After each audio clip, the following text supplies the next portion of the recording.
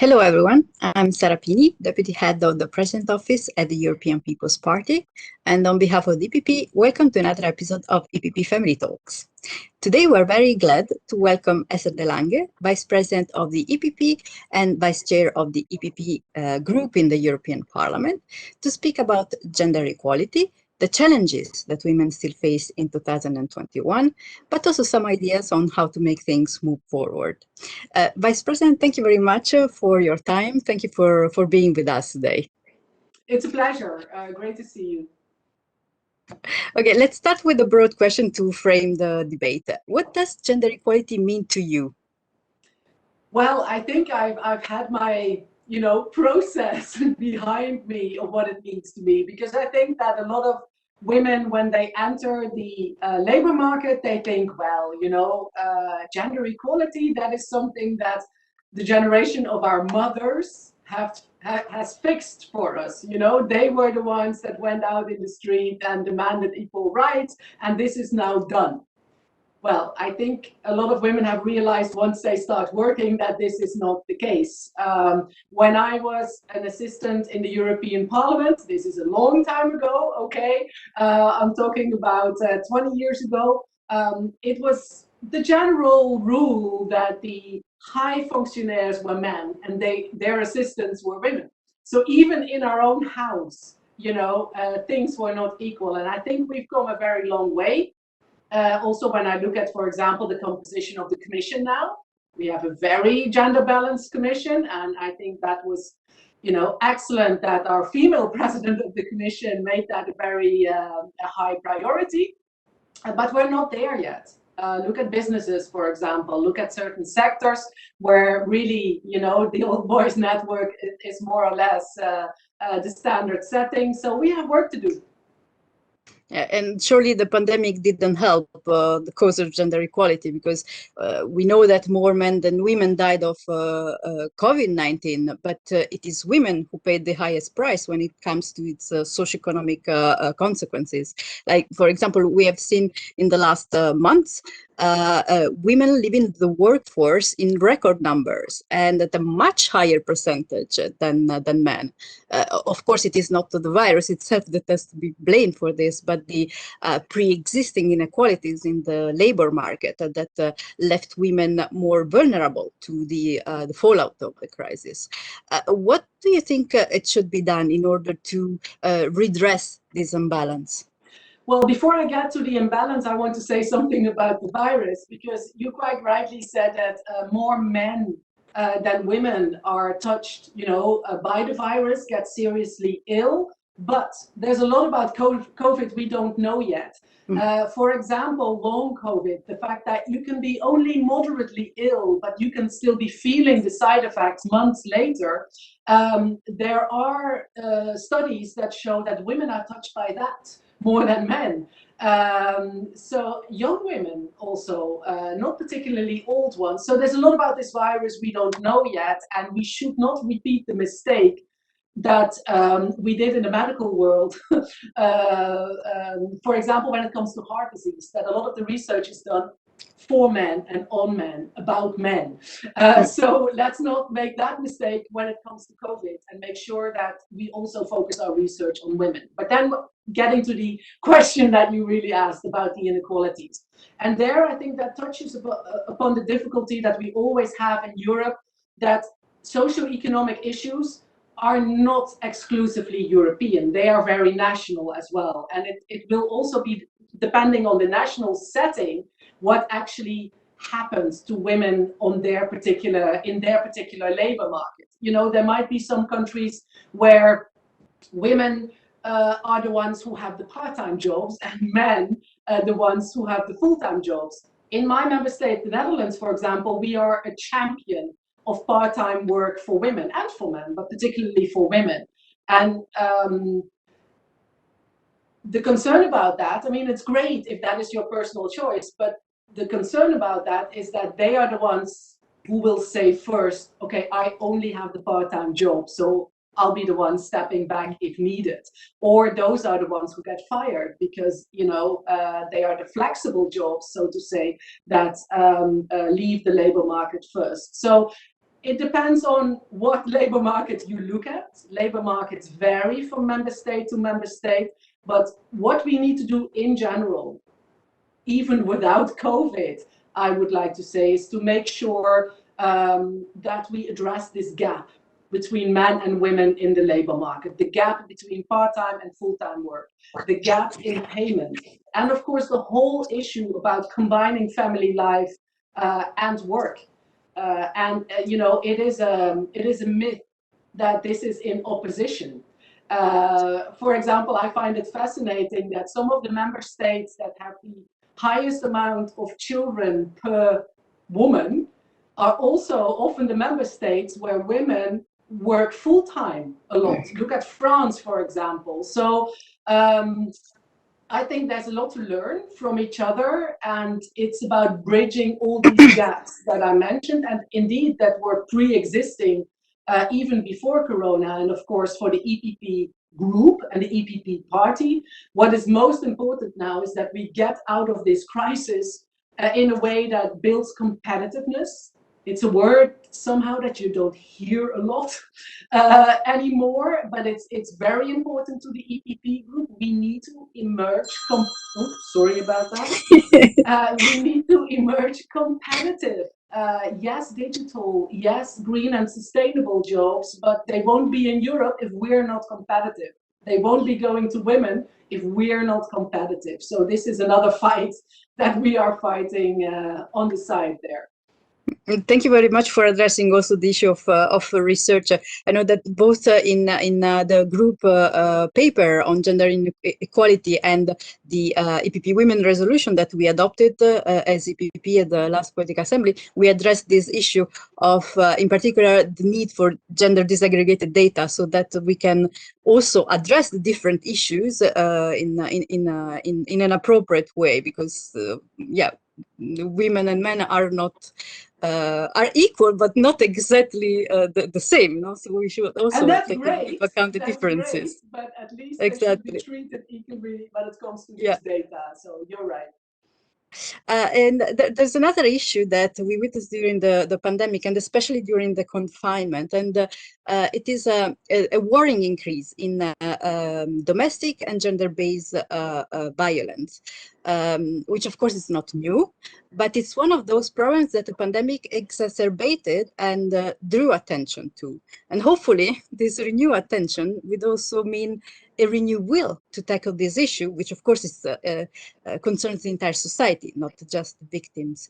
In this battle, do you think that we should rather focus on legislation or on education? Where is more action needed? It all starts, I think, with education, but that's a cultural thing that takes a long, long time to develop.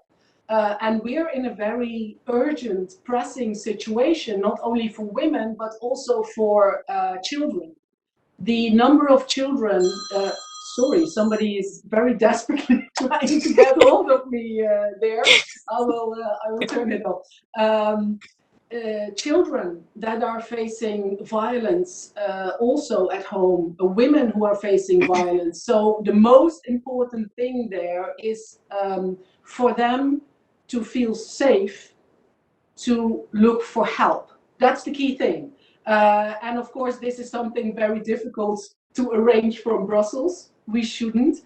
National or local initiatives that we have seen, for example, the code that people can use. I think it's used in France, it's used in the Netherlands. If you go to a pharmacy and you say a certain line, I forgot what it is, I think asking for a mask such and such with such and such number, that is code for the pharmacist to understand this woman needs help.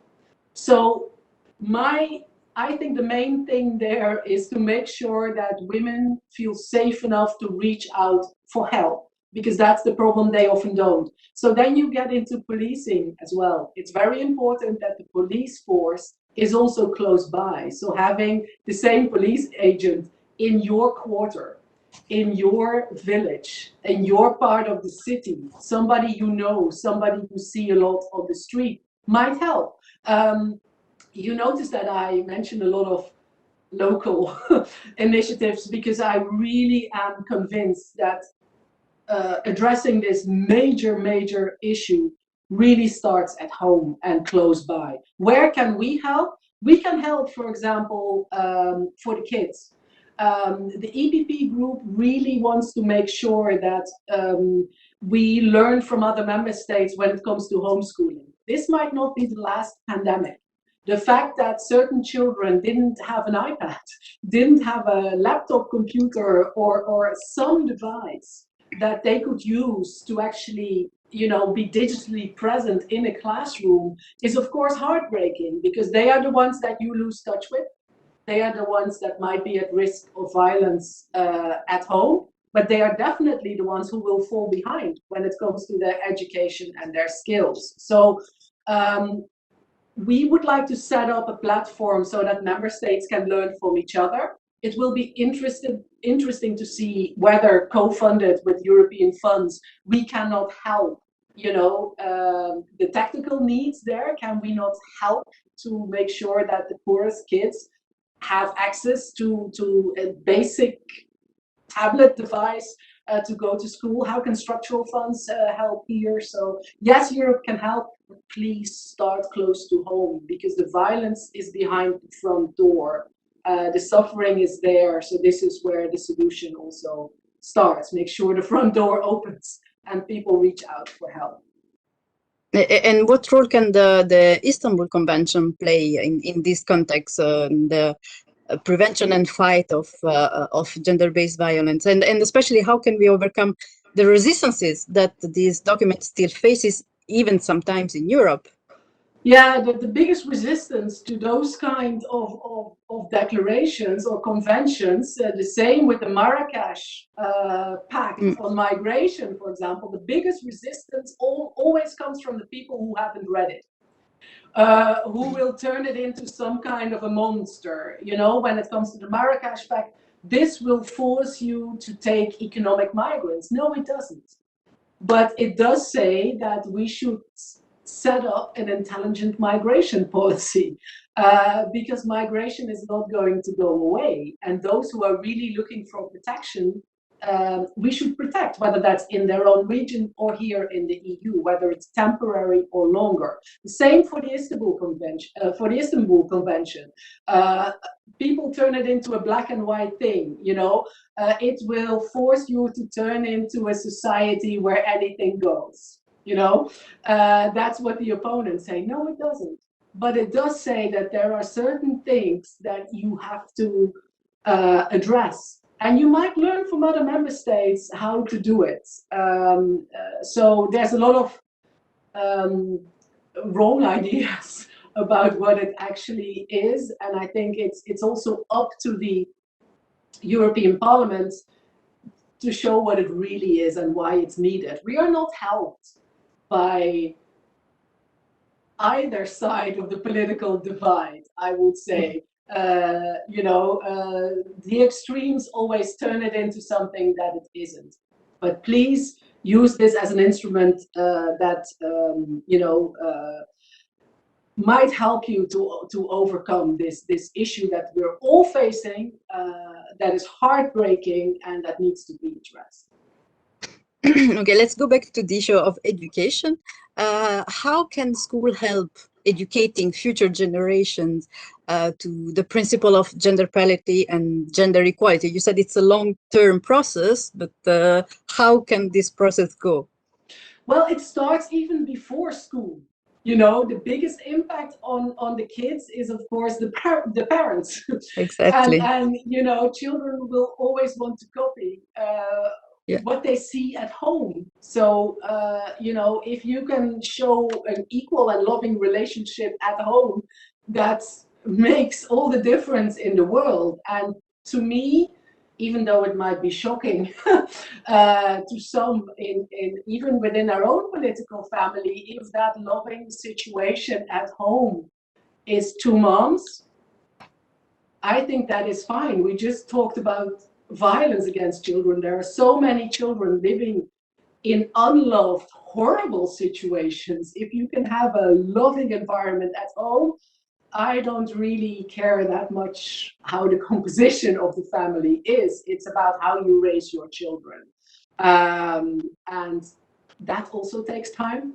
It took decades in the Netherlands, also in a Christian Democratic Party that I belong to in the Netherlands, to say what I'm saying now. Had I said this 40 years ago, people would have been shocked. But I really think it starts at home. Then in education, it is not about, setting curricula that are very detailed, etc.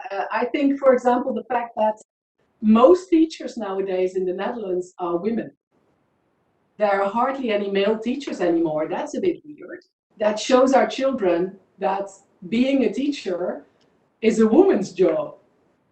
Are there really women's jobs or men's jobs? So it starts even with those subtle things rather than what is in the books. Of course, it's important what's in the kids' books, but it's mostly the examples we set. Let me give you an example, right? And basically this, the time you have to give these examples to your kids are very early on in life.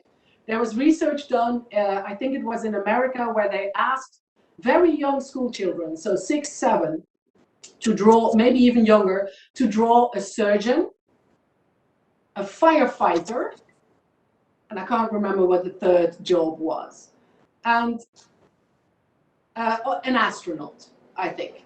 So the children were drawing, and everyone except a handful of children in that class drew a male surgeon, a male firefighter, and a male astronaut. And then the people walked in, and it was a female astronaut, a female firefighter, and a female surgeon.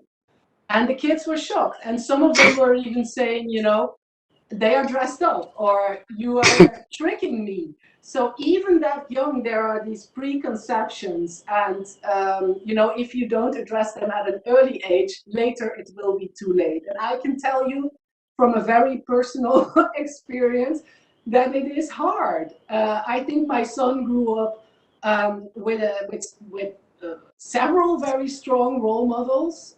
I'm including my sisters here as well. And still, at some point, he said something like, yes, but it's a woman's job to cook the dinner, and why are you not in the kitchen, or something like that. So I love to cook, by the way, but even at home, I sometimes, in my own home, I sometimes struggle to make the point that, yes, women can cook, but men can as well, you can divide these tasks. Yeah. You spoke about role model at home, but do you think it's important for young women also to have role models outside in the public sphere? Yes, of course, but what I always say, that women are always the biggest critics of women. Mm-hmm. This is a problem.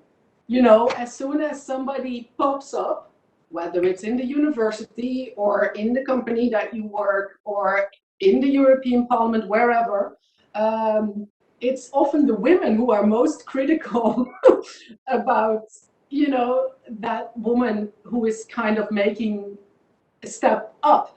And we should stop doing that. I think it's very interesting. I mean, politically, often I disagreed with former Commissioner Neelie Kroes, responsible for the digital market, for example. But what she did very well is she invited women from different political parties, but relatively young women who are, for example, in the European Parliament, to her office, just to discuss, how can we help each other? And I think that's very useful. So rather than being always very critical, the question is, how can we help each other? And yes, role models are important. That's why, for example, Kamala Harris is important. That's why Ursula von der Leyen is important. Just to show people you can be the boss of the European Commissioner, of the European Commission. You can be vice president, who knows president of the United States of America. And let's face it, in the EU, the highest jobs at the moment are currently held by women. The European Central Bank, the European Commission, and we have Angela Merkel as, I would say, the strongest leader within the European Council. Maybe now it's time for the European Parliament to be led by a woman, and then by a woman, and then at least we have our examples set there. And you don't need to actually be the president of the commission of the parliament to be a role model. I don't know if you follow the webinar that the group organized last week about women and girls in STEM. Your colleague, Maria Graça da Carvalho, explained that when she was a professor of mechanical engineer, and she or another female professor were taking care of the university open days, there were 10 times more girls enrolling than when it was a male colleague who was doing that. So you can be very, very efficient even at this level. But speaking I'm quite sure. And then there's there are still stereotypes to be overcome. When I became an MEP, I was 32. And my last name actually means tall, but I'm very short. So I'm not the tallest person around. So then when I would go somewhere with my assistant, who was a Dutch guy of 1.90 meters, and who was only a couple of years younger than me, when he was wearing a suit, people would think he was the member of the European Parliament. And I was the assistant. So I agree with you. Role models can be and should be everywhere. And then we have to be aware also of the ingrained stereotypes that are sometimes in all our minds, including mine, I'm quite sure, but we should fight them. Yeah. Speaking about role models, Ruth Bader Ginsburg, the famous US Supreme Justice who passed away last year, she found back in the 70s counterintuitive yet very effective way of addressing gender inequalities, because she decided to bring to the Supreme Court cases of discrimination against men in order to appeal to what was a male-only audience back at the time. How can we transpose this example here and now and show men what they also have to gain from a true gender equality? We might have the opportunity relatively soon, because we always have these debates about nomination in the field of the economy. So the advisory bodies for economic policy, or banking oversight, etc., or nominations in the ECB. Yes, the chef of the ECB is a woman, but a lot of the recent nominations into the board of the ECB have been men. So the European Parliament is always complaining, we want in selection procedures, at least the choice between a man and a woman. But often they were only male shortlists. But we might be in a situation soon for a number of bodies, ESMA, IOPA. I won't go into a lot of detail, but we might have a lot of good female candidates there. And you saw that, I noticed that some of my male colleagues were grumbling a bit, saying, when it's only men, Parliament is objecting, and when it's only women, Parliament will be quiet. So yes, they are very sensitive to this issue, and we might have the opportunity in-house in the near future when it comes to a number of nominations. And it was smart what Ruth Bader Ginsburg did, because the issue, I guess, to a lot of men remains very abstract, until it's the other way around. Then somehow they are emotionally involved. So it's good to hold up a mirror sometimes. That's always healthy. She did that well. So until now, we have spoken essentially about Europe, but we know that in other parts of the world, women are facing even bigger problems. Do you think that the EU should be more assertive in promoting gender equality, even in its external action, as part of these core values that we as a union share and defend? Yes, I do think that is part of the, I mean, everybody is always talking about European values. What are these European values then? I think for me there are several. It's about the way we organize our society and our economy. We try to be fair. If you happen to go through a difficult time, uh, lose your job, for example, there is a support system for you in the member states of the European Union. In a lot of places around the world, that doesn't exist. So the whole social market economy, I think, is a key thing of the EU. I can mention several things which I think are typically European Union or typically Europe. But trying to find a fair balance also in terms of gender equality, even though we are not there yet ourselves, is also part of that. So yes, it should be part of our foreign policy, but also of our softer diplomacy. Another issue is access to finance, microcredits. Most of the receivers of microcredits are women. Because often in a lot of countries, the woman doesn't only organize the family, they are also the ones who try to bring in some income and don't immediately spend it on drink. This is a huge, we laugh about it, but this is a huge problem in a lot of poor areas of developing cities all over the world. The misery is so big that a lot of men drown their sorrow in alcohol.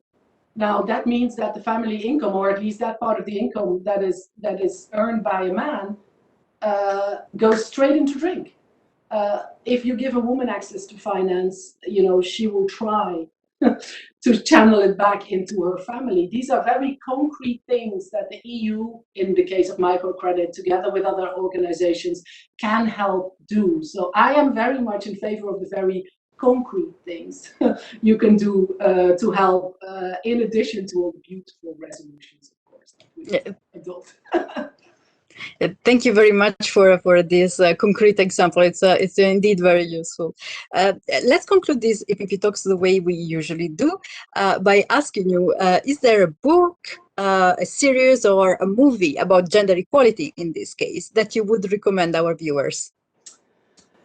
That's a difficult one. And speaking about books, there was research done as well about children's books. And in children's books, 70–80% of the role models are very stereotyped. So mom is at home, dad is out working. So recently there was a children's book written in the Netherlands that is called My Mother is the Prime Minister. And it turns around all these role models. So if you're looking for a children's book, I would recommend that one. I think when you're looking at books about, family life and combining, work-life balance, the famous book, It Takes a Village to Raise a Child, it's a job of all of us. Of course, as a mother, you just want to. That's. At least I'm like that, but you should do it together, and that book is important. And what I find fascinating, let me give you one example, maybe a very appropriate example in this moment in the calendar, because last week we commemorated the anniversary of the killing of 3 young resistance fighters in the Second World War in Germany, who were members of Die Weiße Rose, the resistance group. I think it was in 1943 that they were killed. 2 men and a woman, Sophie Scholl. And the EPP will take the initiative to have one of our rooms in the European Parliament named after her. There's already enough places named after men, but she was fighting an evil regime, just as much as her colleagues, 2 men were. And there's a lot of films about Die Weiße Rose, or in Dutch we say the girl with the red hair, Hannie Schaft, who was one of the resistance fighters in the Second World War in the Netherlands, also executed. So I could name so many. But maybe to go back to our roots, why was Europe ever created? The fact that we never want war again, and what role did also women play in that? History is sometimes a bit unfair on women, in the sense that men get more easily remembered somehow, yet take the example of Sophie Scholl. What she did was just as brave, just as heroic as her male colleagues. So let's hope we will have a Sophie Scholl room in this European Parliament, never to forget, in the near future. Thank you very much for these very interesting suggestions. I would have 100 or 1,000 other questions to ask you, but our time, unfortunately, is coming to an end. So I would like to thank you very much for your time. Thank you for this very interesting conversation. It's always a pleasure to speak with you. And to all our viewers, thank you very much for tuning in to this new episode of EPP Family Talks, and see you next time.